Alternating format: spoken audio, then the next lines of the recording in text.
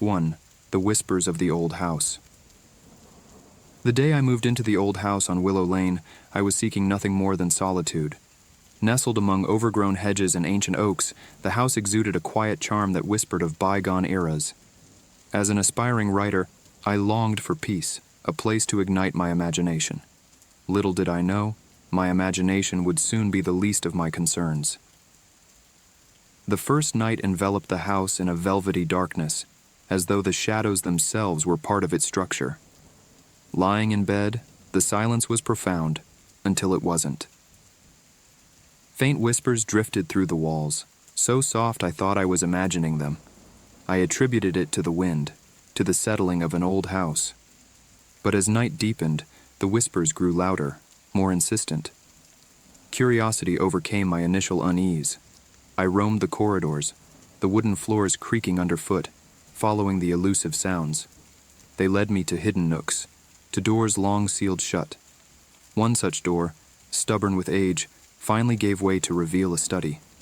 Dust motes danced in the beam of my flashlight, and there, on the desk, lay a series of old diaries. The whispers ceased as I opened the first diary. It belonged to Elizabeth, a previous resident from over a century ago. Her words painted a picture of love and loss, a family torn apart by unspoken secrets. Night after night, I was drawn to Elizabeth's diaries, the whispers guiding me, becoming my nocturnal companions. One evening, a particularly urgent whispering led me to the house's foundation. A concealed door in the basement revealed a forgotten chamber. My heart pounded as I descended the narrow staircase. The air was heavy with the scent of earth and time. Inside, the chamber was stark, save for an ornate chest in the center. Trembling, I opened it to find a collection of personal belongings, a locket, a faded photograph, a small, intricately carved box. The whispers crescendoed to an almost palpable presence, urging me to open the box. Within it lay a small bundle of letters, tied with a ribbon now brittle with age. The letters were from Elizabeth to her beloved Jonathan, never sent, filled with longing and despair. The last letter revealed a harrowing truth, a forbidden love, a child born out of wedlock, hidden away in this very house. The realization hit me with chilling clarity. The whispers were Elizabeth's, her spirit anchored to this place by her grief and secrets. I knew what I had to do. The next day, I sought out the local historian, uncovering the fate of Elizabeth's child, who had been taken in by a distant relative. Armed with this knowledge, I returned to the chamber. "Elizabeth," I whispered, "your child lived. Your love was not in vain." The air seemed to shift, the whispers softening, turning melodic. With tears in my eyes, I placed the letters and the locket back in the chest, a symbol of acknowledgement and closure. That night, the house was silent. The whispers had ceased, leaving a peaceful stillness in their wake. I like to think Elizabeth found her peace, her story finally told. The old house on Willow Lane still stands, a silent sentinel of the past. But now, it's just a house, its whispers quieted, its secrets released. And as for me, I found my story, not in the realms of fantasy, but in the whispers of an old house, where reality intertwined with the echoes of a long-forgotten past. 2. The Shadow in the Mirror.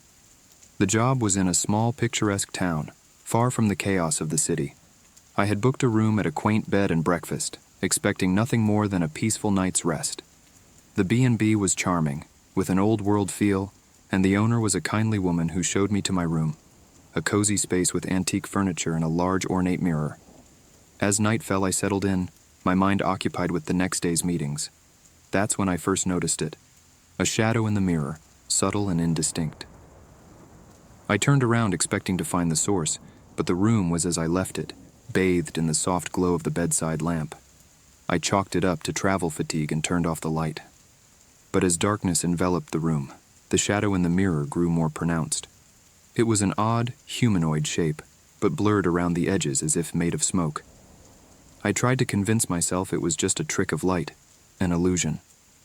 However, the unease gnawing at my gut was hard to ignore. The following morning, I mentioned it to the owner in passing. Her face clouded over for a moment before she quickly brushed it off as a peculiarity of old mirrors. But her reaction stuck with me. That day, as I went about my work, the image of the shadow lingered in my mind, Curiosity eventually got the better of me. That evening, I researched the history of the mirror and discovered it once belonged to a tormented artist known for his dark, surreal works. He was said to have been obsessed with the mirror, spending hours in front of it, lost in a world of his own. The second night, the shadow was more distinct, almost pacing within the confines of the mirror. A cold dread settled over me. I tried to sleep, but rest was elusive. The room felt charged, as if the mirror was a portal to somewhere unfathomable. On the third night, the boundary between the mirror and reality began to blur. The shadow stepped out of the mirror, its form still vague but undeniably present in my room. My heart raced as I watched it move, a silent, dark wraith in the moonlit room. I was frozen, caught between fear and fascination. I decided to confront it. "What do you want?" I asked, my voice barely a whisper. The shadow stopped, and for a moment it felt like time itself had paused. Then it reached towards the mirror, and images flashed across its surface. Scenes from the artist's life, his struggles, his descent into madness, and ultimately, his untimely death. The mirror was his final masterpiece, a canvas for his tormented soul. Understanding dawned on me. The artist had poured so much of himself into the mirror that a part of him remained, trapped and unable to find peace. The next morning I met with the B&B owner and told her everything. Together we decided to remove the mirror from the room. It was given to a local museum, with the story of the artist prominently displayed alongside it. That night, the room felt different, lighter. The oppressive aura was gone. In its place was a sense of release, as if both the artist and I had been freed from an unseen burden. As I left the town the next day, I looked back at the B&B, a sense of bittersweet closure in my heart. The experience had changed me, opening my eyes to the thin veil between reality and the unseen. The shadow in the mirror was gone, but its memory lingered, a reminder of the profound impact art can have on both its creator and its beholder. 3. The Forgotten Road. I've always loved night drives, the way the road stretches endlessly under the stars, a ribbon of possibilities. That night I was returning from a business trip, taking a shortcut through rural backroads. The GPS had died an hour ago, and I was relying on road signs that seemed increasingly sparse. That's when my car, with a sputter and a groan, gave up. Stranded, with no cell signal and darkness enveloping me, I decided to seek help on foot. The night was unusually still, the kind of silence that feels heavy, almost suffocating. I walked, my footsteps the only sound. The road was lined with dense woods, their shadows looming like silent sentinels. I felt a creeping unease, the sensation of being watched from the darkness. After what felt like miles, I stumbled upon a series of abandoned cars. They were parked haphazardly, doors ajar, as if their occupants had left in a hurry. A chill ran down my spine. There were no signs of struggle, just an eerie, unexplained abandonment. I pressed on, the sense of isolation growing. The road seemed to twist and turn unnaturally, the landscape eerily repetitive. It was then that I began to notice strange phenomena. Whispering voices rustled in the trees, yet when I turned, there was nothing. Shadows flitted at the corner of my vision, disappearing when I tried to focus. I finally reached a small derelict gas station. The sign was faded, the name of the town unreadable. Inside, I found a map, old and worn. The town I was in wasn't on it. A feeling of dread settled over me. Where was I? I remembered then a story my grandfather used to tell about a forgotten road, a place caught between realms. It was said that those who wandered onto it by chance were seldom seen again, lost to a world that existed in the fringes of reality. Panic set in. I had to get off this road, break the cycle. I retraced my steps, but the landscape seemed to shift subtly, disorientingly. The whispers grew louder, urging me to stray from the path. I resisted, focusing on the tangible, the feel of the gravel under my feet, the rhythmic sound of my breathing. As dawn approached, the surreal quality of the night began to wane. The road straightened, the oppressive atmosphere lifting. I emerged onto a main road, just as the first rays of sunlight pierced the horizon. Relief washed over me. I flagged down a passing car, the driver looking at me like I was a ghost. Back in the safety of my own world, I researched the road. There were accounts of disappearances, of a stretch of road that people avoided at night. But nothing concrete, nothing that explained what I had experienced. The forgotten road remains a mystery, a shadowy chapter in my life that I still struggle to comprehend. Was it a figment of my fatigue, a trick of the mind? Or had I stumbled upon something inexplicable, a thin place where different realities converge? I never found out, and I never took that shortcut again. The experience left me with a respect for the unknown, a reminder that not all paths are meant to be traveled, and some mysteries are best left unsolved. The forgotten road is out there, a whisper in the night, a tale of caution for those who wander. 4. The night shift at the museum. It was my first night working as a security guard at the Montrose Historical Museum, a job I had taken to fill the quiet nights of my retirement. The museum, an imposing stone building, was filled with artifacts from different eras, each with its own story to tell. I was alone, save for the silent witnesses of history that surrounded me. As I began my rounds, the stillness of the museum was comforting, the echoes of my footsteps a steady companion. I wandered through the Egyptian exhibit, past towering statues and ancient relics. That's when I first heard it. A faint sound, like the whisper of sand against stone. Chalking it up to the creaks and groans of an old building, I continued on.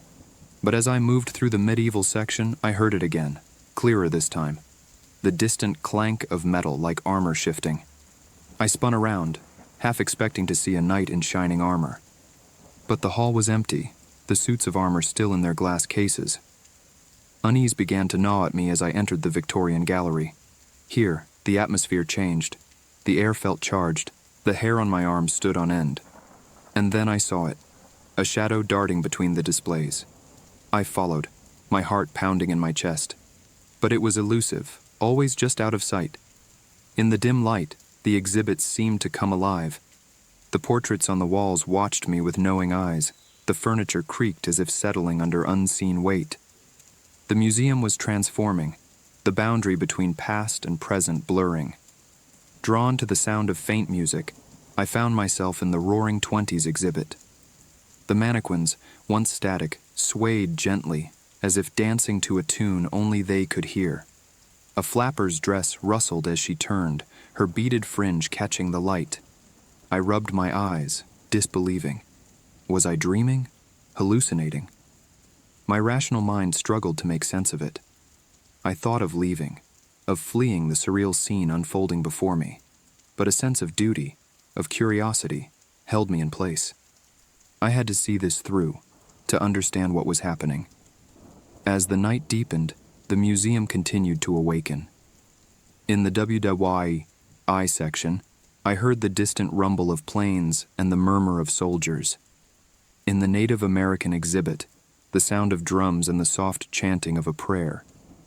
Each exhibit was a window into the past, a fragment of a story long forgotten. And then it clicked. The museum wasn't just a collection of objects. It was a repository of lives lived, of stories untold. These artifacts, these remnants of the past, were imprinted with the memories of those who had once cherished them. I realized that my role was more than just a guardian of objects.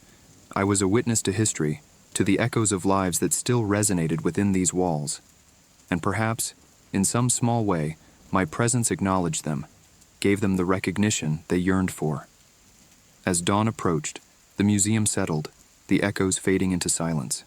The exhibits returned to their inert state, the magic of the night dissipating with the morning light. I finished my shift with a newfound respect for the museum and its inhabitants. The job was no longer just a way to pass the time. It was a privilege, an opportunity to stand at the crossroads of time. I continued to work the night shift, each evening a new journey through history. The museum never again came to life as vividly as it did that first night, but the whispers of the past remained, a gentle reminder of the stories housed within its walls.